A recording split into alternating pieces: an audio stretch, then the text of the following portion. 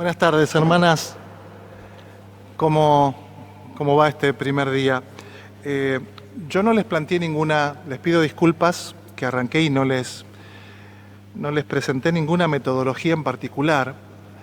Sencillamente, cada día, a la mañana, por la tarde, yo les presentaré una meditación basada en algún versículo, en algún pasaje bíblico. Les dije básicamente de la carta a los Filipenses. Y a partir de allí, con la ayuda de otros, cosas que uno lee, que también hemos rezado, y que en el momento en que lo estoy diciendo, como habrán visto, me voy del texto, ¿sí? Y porque a mí me hace bien y creo que es bueno compartirlo. Sencillamente es esa meditación que yo les propongo de un tema profundo. Y con toda libertad, ustedes van a tener este texto, espero que llegue a sus manos de aquella que la necesite el texto. Consejito, como siempre, tener algo para escribir y una idea, algo que yo remarco, y yo se los voy diciendo, tomar nota, no de todo, pero de lo que les parezca y les sugiera al oído, al corazón, el Espíritu Santo, que esto hace vibrar algo en mí de manera especial. Tomen ese apunte, ¿sí? Yo con libertad voy a compartir entonces esta meditación. El título, que sirve y mucho, también evocando Filipenses 2, versículo 7. El título de esta plática, de esta charla de la tarde, el amor despoja. Seguimos entonces buceando juntos en los sentimientos del Señor. Sagrado Corazón de Jesús, en vos confío. Bien, muchas veces uno cree que se conoce, ¿no? Nos pasa que uno a veces cree que se conoce, que nos conocemos, que tiene cierta comprensión de la realidad y de uno mismo. Y sin embargo, hay encuentros, hay circunstancias que arrojan una nueva luz, una presencia ante la cual ya después nada es igual. Y depende de uno de estar abierto a esa experiencia nueva, a no clausurar la capacidad de asombro. Pidamos esa gracia siempre. Cuando uno cree que ya uno conoce todo y la tiene toda atada, sonamos. Ese día empezamos ya a morir. Entonces, me gusta por eso la definición de alguien, ya me voy a acordar quién es una periodista, una hermanita judía, periodista, amiga de una amiga común, ya me va a salir, pero la frase es hablando de la edad, ¿no? De la vejez, la ancianidad, la tercera edad o la cuarta. Ella le gusta repetir y a mí me hace mucho bien. Dice, uno tiene la edad de los proyectos que tiene. Y como nuestra fe nos hace poner los ojos en el cielo, o sea, nuestro proyecto apunta a la eternidad, no dura aquí en la tierra nada más, los cristianos deberíamos ser siempre jóvenes, ¿sí? Entonces, a estar abiertos a la novedad cada día, no importa la edad que tengas, no importa la edad que tengas. No creas que ya sabes todo, si no, no funciona así. Sigamos. El verbo de Dios, la palabra venida de lejos, dice alguien, la que dejó mudo al Padre, porque ahora iba a hablar Él. Al final de los tiempos, todo lo que tenía que decir ahora lo va a decir en su Hijo. Bien, la que fue pronunciada en nuestra carne humana, esa palabra de Dios, Jesús, es capaz de despertar en nosotros posibilidades, anhelos, nostalgias que antes o hasta ahora dormían y que ahora Él se encarga de mostrarnos que es de lo más real y esencial para nosotros. Siempre creemos en un Dios siempre joven, siempre nuevo para nosotros. En esa palabra que es Jesús mismo, podemos conocer al Dios que se nos da. Lo digo así, mira, los cristianos no conocemos a Dios sin más. No, conocemos al Dios que se ha revelado y más aún, al Dios que se da Él mismo a sí mismo. Por eso lo llamo, podemos conocer, comillas, al Dios que se nos da. E incluso podemos conocernos en Él a nosotros mismos. Pero ¿sabes qué? Nunca podemos a ese Dios que se nos da, apresarlo, agarrarlo y reducirlo a un objeto. Dios nunca puede dejar de experimentarse misterio. Cuanto más se revela, más deja sentir su misterio y el nuestro. Mira qué lindo ver de esta manera. Toda búsqueda nuestra presupone en realidad un encuentro del hombre por parte de Dios. Es Él, ¿te acordás? Jesús, no son ustedes los que me eligieron, soy yo el que los elegí primero. Te hago un paréntesis, me acordé, yo soy viceasesor en la arquidiócesis del movimiento de cursillos de cristiandad, ¿sí? Del movimiento de colores. Y como sacerdote, como director espiritual, cada vez que hacemos un cursillo, me toca hacer los rollos, unas charlas, dar unos temas, y el primero que me toca dar es el de la gracia. Y una manera que yo agarro un pizarrón para hablar de la gracia, por ahí te da gracia y te reís, espero que no, es esta. Pongo en el pizarrón y antes de decir nada ni dar el título, dibujo en el pizarrón distintas flechas hacia arriba. No, perdón, Alberre. Dibujo muchas flechas de distinto tamaño hacia abajo y una sola hacia arriba. ¿Por qué hago eso? Porque en la historia de la humanidad y de la historia de las búsquedas del hombre a Dios, desde la caverna hasta nuestros días, siempre hubo algo.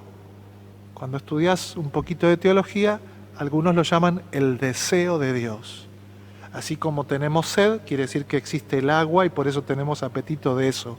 Lo llamamos sed. Cuando buscamos a Dios, quiere decir que existe eso, que se llama Dios, que nos da esa sed. Sed de Dios.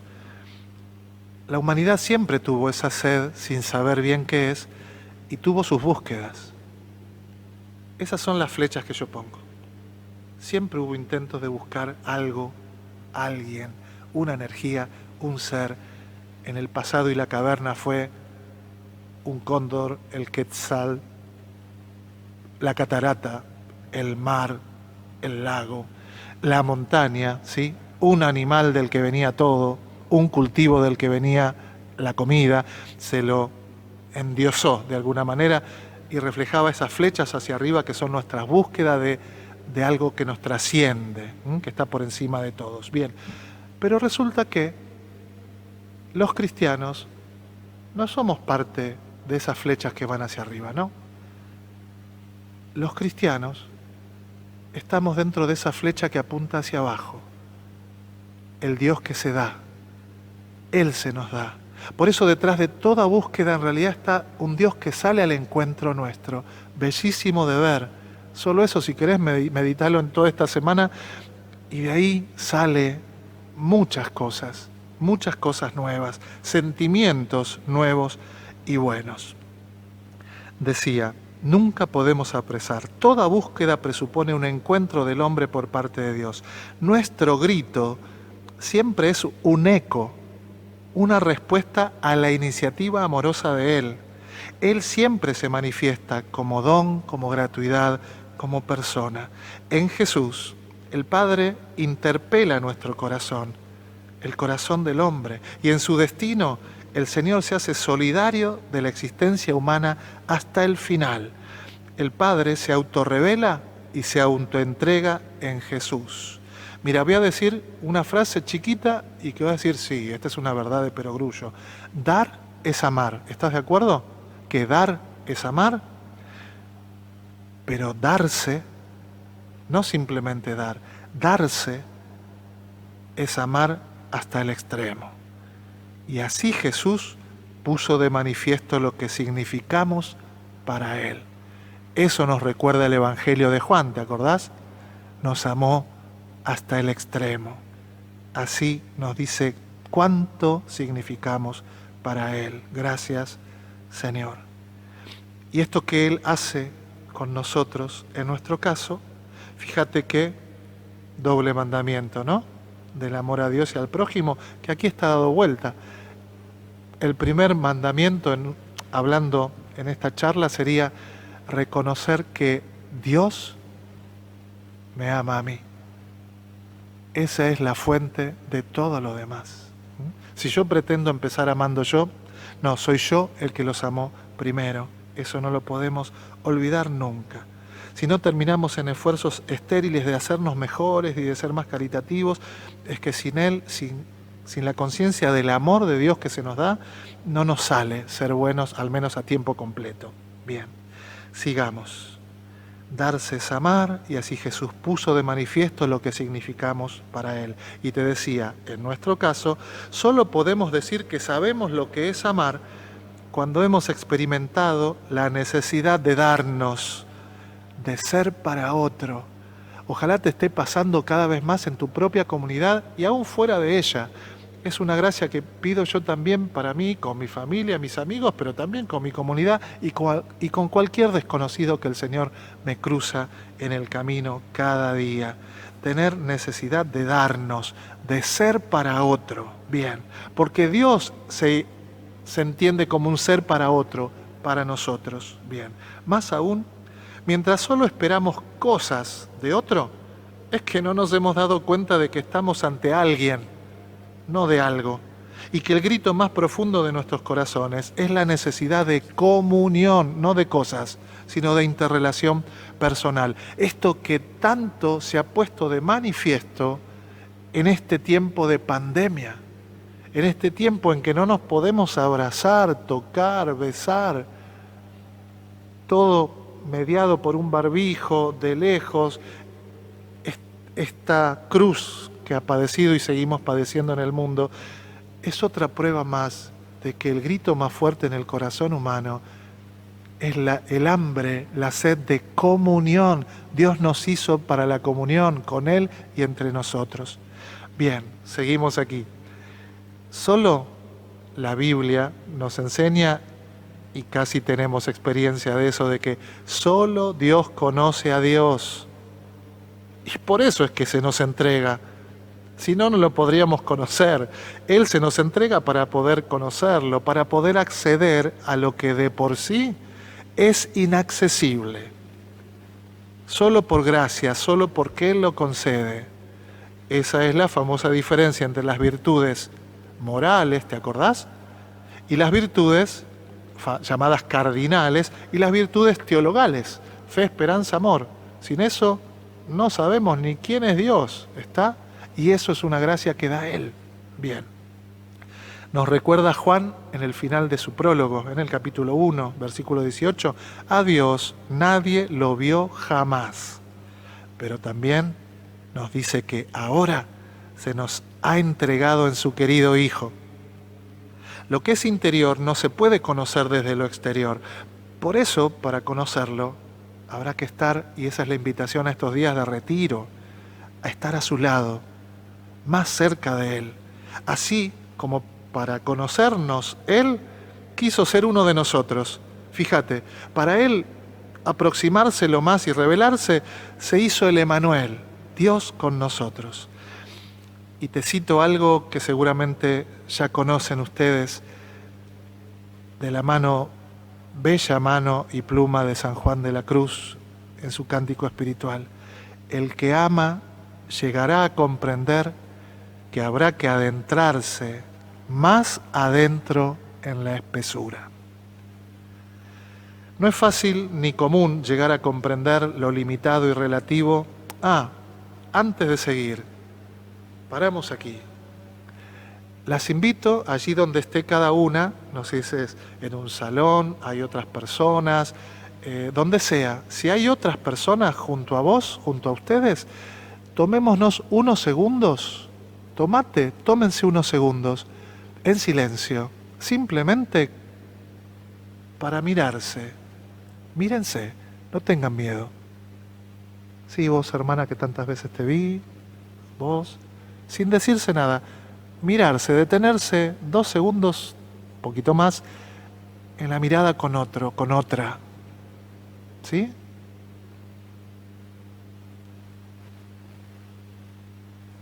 ¿Ya miraste algunas, hermanas? Porque quiero reflexionar lo que sigue sobre las miradas. las nuestras, pero sobre todo la del Señor.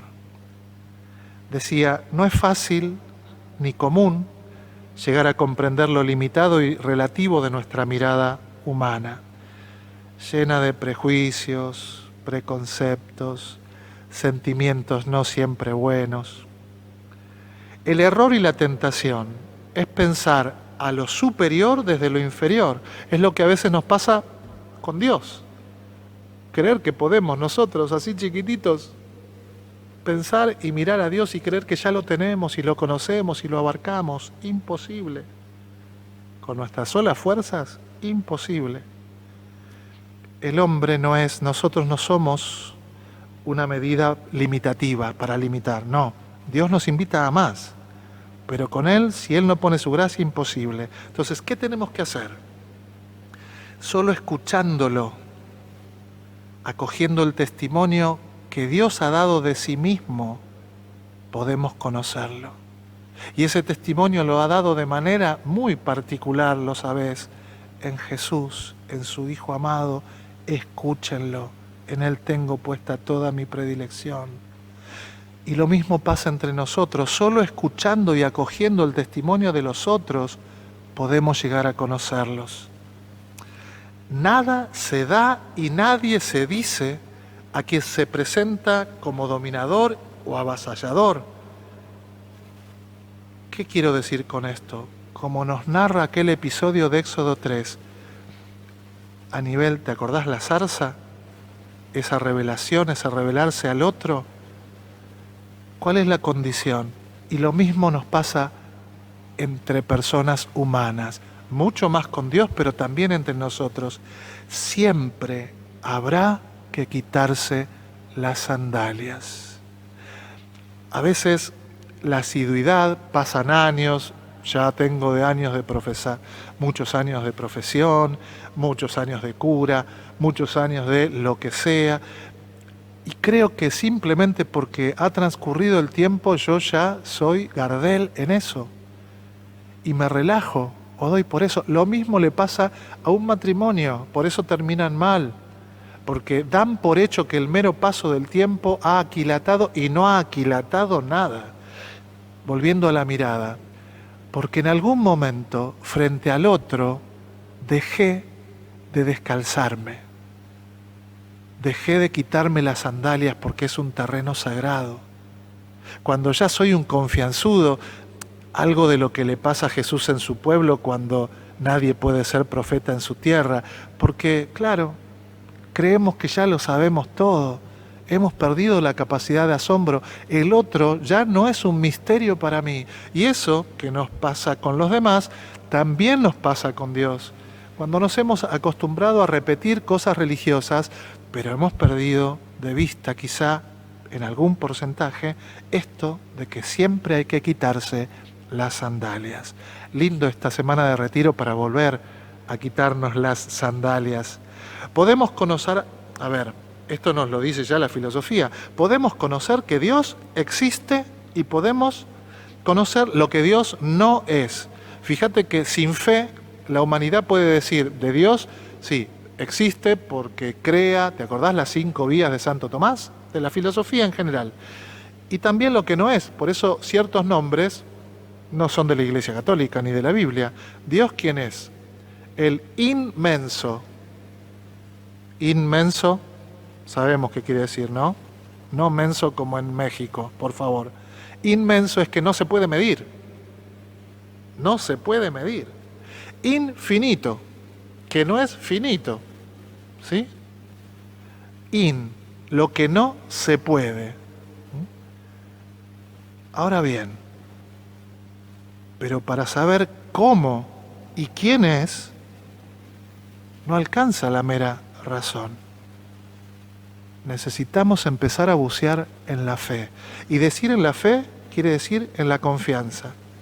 Por eso, para saber cómo existe Dios y quién es, necesitamos confiarnos en Él, que se nos da, que se nos revela, y empezar a compartir su propio conocimiento, el que Él nos va revelando de sí. Y así podemos ir conociéndolo. La vida de Jesús implica una interpretación de la existencia vivida antes que tematizada. ¿Qué quiere decir esto? A veces leemos la Biblia, el Evangelio, en un pasaje, yo a veces lo veo en algún comentario, que es muy duro. Vuelve a repetir lo mismo que uno ve, dice cosas que son casi obvias, y enseguida quiere sacar una enseñanza por ahí moral o teológica directa, y por ahí es más sencillo. Jesús se ha hecho uno de nosotros y ha vivido una vida como la nuestra, y en esa vida que hay que contemplar, Él nos enseña cosas que son invisibles a la mente, pero si confiamos en Él y ponemos la mirada en Él, no se va a volver una serie de temas, sino una auténtica lectura existencial en Jesús del que es hombre y Dios. Misterio y maravilla de simultaneidad, que invita a una mirada lúcida y profunda, a una escucha sosegada y sin condiciones ni límite alguno. No saquemos muy rapidito conclusiones bonitas, ¿sí?, o correctas cuando rezamos o hacemos lección divina o estamos simplemente contemplando un pasaje de la vida de Jesús en su palabra, ¿sí? Abiertos a más. Acordate siempre que a veces uno hace un curso de Biblia y en el Antiguo Testamento, que para muchos parece tan complejo, nos enseñan que hay antropomorfismos, ¿sí? Una manera muy, lo hacemos hoy también, pero en la antigüedad, ¿sí?, bien atrás en el tiempo, las culturas tendían a esa cosa que llamamos misterio o lo divino, a darle forma humana, antropomorfismo, ¿sí? Y el Antiguo Testamento está lleno. Entonces, las manifestaciones simples y a veces que nos parecen ingenuas del Antiguo Testamento, los antropomorfismos, no son ingenuidades. ¿Sabes qué son? Son una preparación amorosa, pedagógica, para que un día nosotros pudiésemos reconocer a Dios ya no en esas manifestaciones simples y casi ingenuas, sino en el hecho hombre Jesús, en Jesús de Nazaret. Su automanifestación, la de Dios, por eso principalmente no es doctrinal. Dios se hizo en Jesús convivencia con nosotros, con el hombre, con la mujer de su tiempo y también con el nuestro. Autodonación al hombre desde el hombre mismo. Jesús, esa es la humanidad de Jesús. Autodonación de Dios para contemplar y aprender. Dios Padre se revela y se da. ¿Sabes para qué? Para integrarnos con Él. En su vida, en su conocer y en sus sentimientos. Mira, espero que no se escandalicen por lo que voy a decir. Lo digo con recaudos, ojo, no me hagan decir lo que no quiero decir. Pero sí, esto de las semillas del verbo que Dios ha sembrado hasta en cosas que nos parecen rarísimas y lejos del Evangelio, si buscas bien, aunque algo no pueda estar en el catecismo, sin embargo es una búsqueda, una intuición, algo bueno que el hombre imagina, tiene como una nostalgia y dice, no, por aquí viene. ¿A qué me refiero? Si Dios Padre se revela y se da para poder integrarnos a su propia vida, de hecho la gracia es eso, es una participación en la vida divina. Eso es lo que intuye alguien que no puede salir, nosotros lo llamamos panteísmo. ¿Viste? ¿Viste la gente que habla de la energía, que se abraza al árbol creyendo, esto hay una película sí, muy famosa que tiene una saga de muchos que es que la fuerza te acompañe, que es una especie de panteísmo, que es una energía, es como si Dios fuese una energía que está en todas las cosas. Bueno, por supuesto que esa no es nuestra fe cristiana, no, pero es una intuición muy sabia de muchos de que Dios quiere dársenos e integrarnos a su vida. Claro, nosotros sabemos que es así, pero no de una manera de energía, sino de una manera personal, con nombre y apellido de cada uno, uno a uno, no todos hechos uno juntos, ¿sí? Fundidos como en un solo ser, no, eso no. Pero fíjate qué bello descubrir que Dios se nos revela porque nos quiere hacer de su familia, como Él dijo, mi padre, mi hermana, mi hermano, mi familia, son los que escuchan mi palabra y la practican. Bien, para eso compartimos sus sentimientos. En Jesús, mira, me encantó esta especie de definición para contemplar. En Jesús, Dios hace experiencia de lo que soy yo, de lo que sos vos, de ser humano. En Jesús Dios hace experiencia humana. Y en Jesús nosotros hacemos experiencia de qué, quién y cómo es Dios. Por eso es imprescindible mirar a Jesús. ¿Te acordás? Empezamos a la mañana con los griegos que se acercaron a Felipe diciéndole, queremos ver a Jesús. Nosotros queremos ver a Jesús. Bien, ustedes saben que el catecismo está lleno de enunciados, ¿sí? Y el derecho canónico ni te cuento, ¿sí? Pero son todas expresiones del amor, como dije hace unos días en alguna Eucaristía. Un buen canonista es quien sabe que esa es una manera de amar. Bien, está hecho para el amor. Bien, por eso el catecismo está lleno de enunciados, pero por eso es bueno y necesario recordar que el acto de fe, nuestra fe, no termina en el enunciado, ¿sí? No termina acá en el papel que está dicho esa verdad que yo entiendo acá. No, nuestra fe termina en la realidad, termina en Dios, no en lo que dice el enunciado de Dios. Creamos fórmulas, conceptos, solo para pasar de ellos al conocimiento de las cosas. En este caso no de las cosas, sino de las cosas de Dios, en todo caso, o de Dios mismo. Por eso no tenés que encerrarte, no podemos encerrarnos en ningún sistema, sino siempre estar abiertos a la inmediatez, con la realidad misma. Esta imagen, mira, tenemos acá algo, una pintura, ¿sí? Podríamos tener también una foto de tipo realista, ¿eh? Y también podemos imaginar aquí, mira, tengo allí enfrente, estoy mirando el ícono, que no es un cuadro, ¿sí? El ícono, en este caso de nuestra patrona del Perpetuo Socorro. Y viste que hay una diferencia notable entre un retrato, una pintura y un ícono. De hecho, el lenguaje también lo dice. La pintura se pinta, ¿sí? El cuadro se pinta. Yo no sabía, lo aprendí de una feligresa, a la que vos a veces escuchás cantar, Moira, con su guitarra, que también se dedica, sabe de íconos. Y ella me dice, no, padre, yo no pinto íconos, yo escribo íconos. Ah, un ícono se escribe, porque un ícono dice fuera de sí. Y esa es como la diferencia con el cuadro. Y mira esto, dice, el retrato, mira, aprovechamos que lo tenemos aquí, el retrato pretende fijar los rasgos. El ícono nos invita a trascenderlos. Por eso es que, viste, la cara tiene otra forma. Uno, si se cierra mucho, dice, no, esto parece que está deformado. No, no está deformado. Te invita a ir más allá de lo que ves. ¿Bien?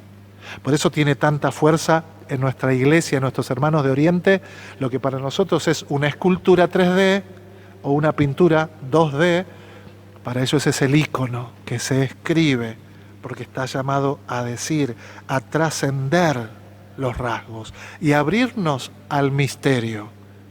Eso es lo importante del ícono. Por eso, no hay que confundir el marco con el cuadro. Bien, hay que ir, volvemos a Dios, pero también entre nosotros, hay que ir de la acción a su persona. Pensá en esto que acabo de decir cuando leemos el Evangelio o cualquier pasaje bíblico.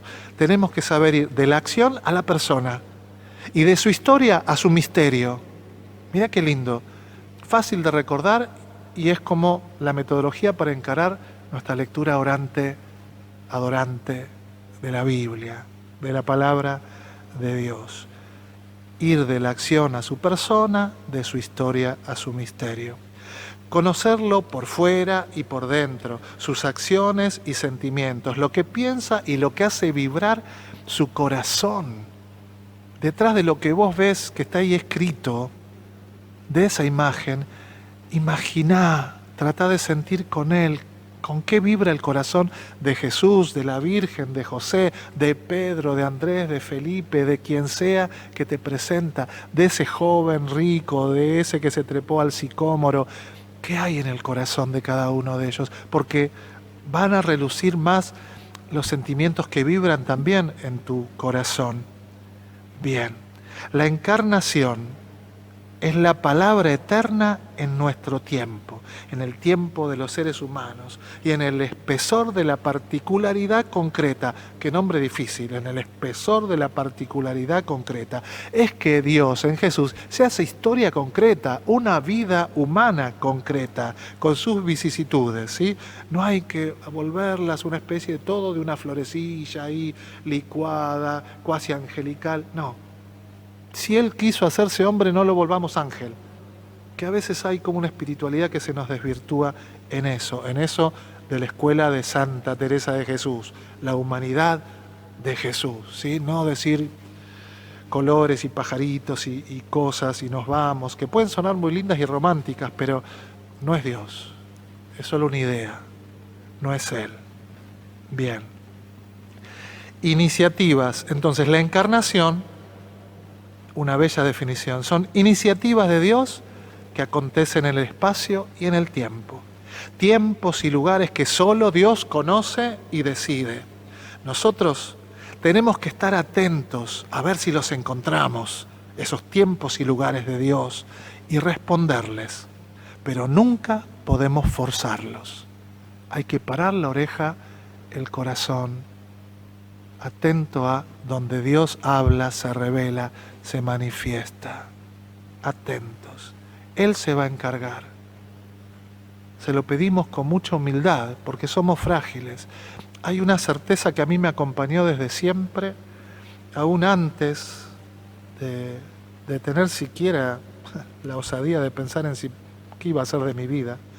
Pero en cuanto tuve fe y la experiencia que me dieron hermanos franciscanos, mi inicio en la fe fue de la mano del movimiento de Jufra, de Juventud Franciscana, agradecido al Señor por haberme mostrado sus rasgos a partir de la espiritualidad de Francisco de Asís y de la fuerza de la comunidad, de la fraternidad.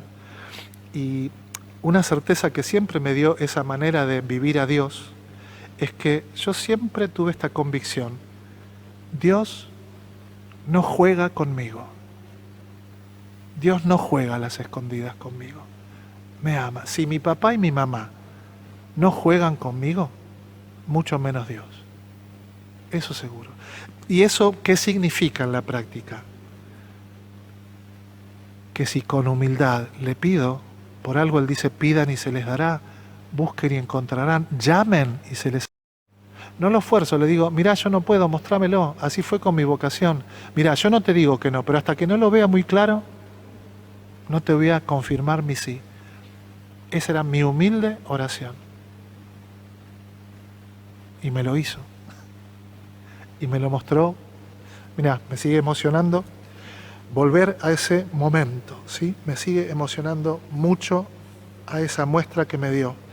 ¿Y a qué voy? Al espacio y al tiempo. No volvamos a Jesús un ángel. Contemplémoslo en su humanidad, porque allí se revela, y en la nuestra, con sus defectos, con sus límites, con sus idas y vueltas, sus adelantos y retrasos. Allí Dios nos habla y mucho.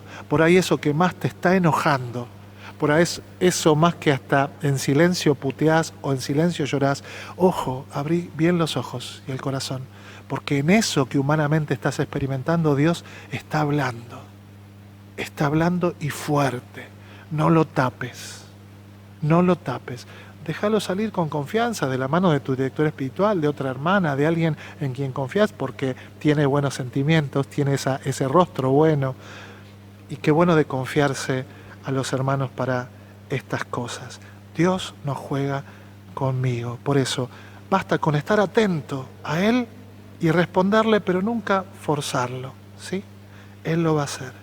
Y pensá esto, Dios no dejó solo al hombre en su destino de muerte.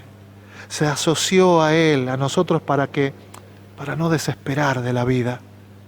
Esa ternura y misericordia se convirtieron, seguro que te pasa, Eso que Dios te mostró un día y que va a seguir mostrándotelo con mayor fuerza si seguís abierto a eso, si buscás y buceás en sus sentimientos, los sentimientos de Cristo Jesús, esa ternura y misericordia se convirtieron en la más potente fuente de gozo, de libertad nuestra y de generosidad. Por eso estás ahí, por eso hiciste tus votos, por eso estoy yo aquí, por eso los matrimonios, por eso los misioneros, porque se dejaron revelar esta ternura y esta misericordia de Dios como fuente de gozo, de vencer a la muerte. La muerte no tiene la última palabra, ha sido vencida.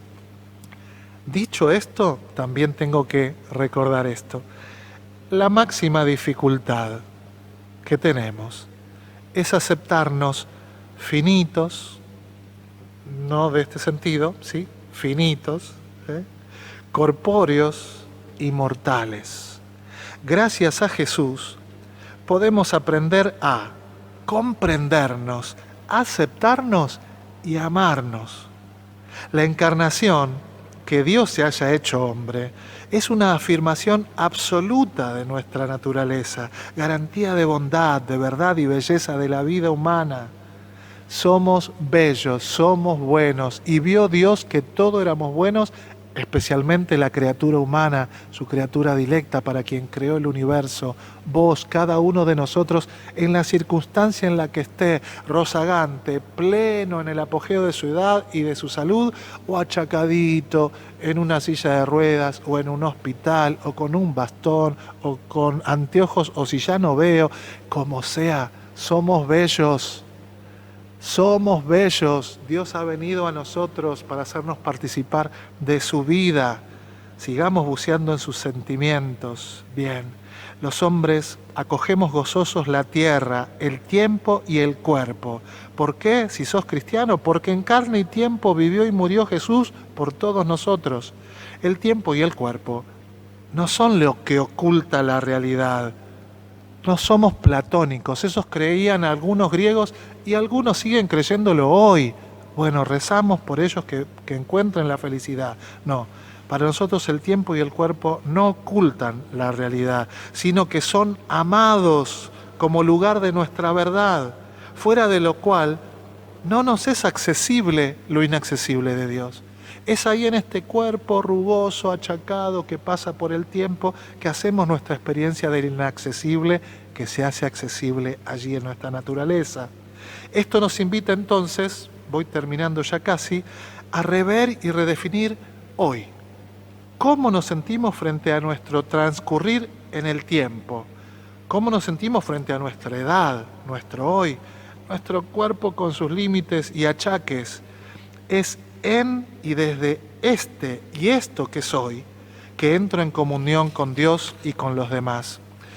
Recordad que en sus parábolas, entre tantas, Jesús nos ofrece el reino como tesoro y como perla. Esto significa que Dios, de nuevo, se da primero, mucho antes de exigir algo al hombre. Y cuando alguien tocado por ese amor se abre al Padre, entonces Jesús consigue el objetivo de su encarnación. Que nos aferremos a ese amor del que hacemos experiencia.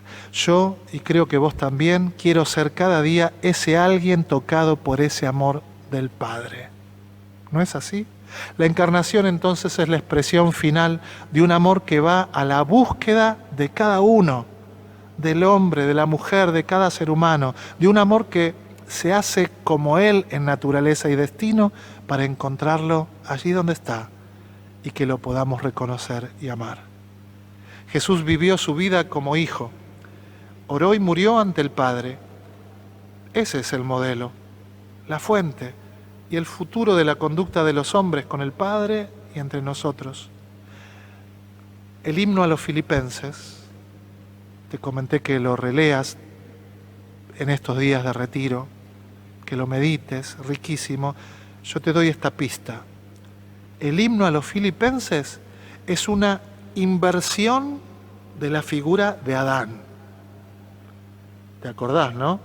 Adán lo tentó la serpiente con esa frase de es porque Dios no quiere que sean como Él. Por lo tanto, a Adán lo tentó el querer ser como Dios. ¿Sí? Te digo, Filipenses es la inversión. ¿Por qué? Porque Pablo en Filipenses nos dice que no podemos conquistar la condición divina si no asumimos nuestra condición humana. Por eso el Verbo se hizo carne y se anonadó. Bien, entonces tenemos que asumir este ser hombre, este ser mujer, aquí, ahora, en este tiempo, con nuestra historia, con nuestro cuerpo, con nuestras bondades, con nuestras dificultades, con todo. Asumir nuestra humanidad. A María, el amor la hizo sierva, silenciosa, humilde y escondida. Dios te salve, María. Llena eres de gracia, el Señor es contigo. Bendita tú eres entre todas las mujeres, y bendito es el fruto de tu vientre, Jesús. Santa María, Madre de Dios, ruega por nosotros pecadores, ahora y en la hora de nuestra muerte. Amén. Señor Jesús, Jesús mío, Jesús nuestro, Jesús amado, naciste y creciste junto a María y a José. Nos invitaste a compartir tu sueño de hacer de este mundo un hogar que cobije a la gran familia de los hombres. Confiamos a nuestros seres queridos a las seguras manos de tu amor. Amén. Y les propongo, y ya termino, si les hace bien, si quieren, hacer una lista con los nombres de esos seres queridos que le confiamos a Dios hoy, muy especialmente. Están en sus manos. Te doy gracias, Señor, por tu amor. No abandones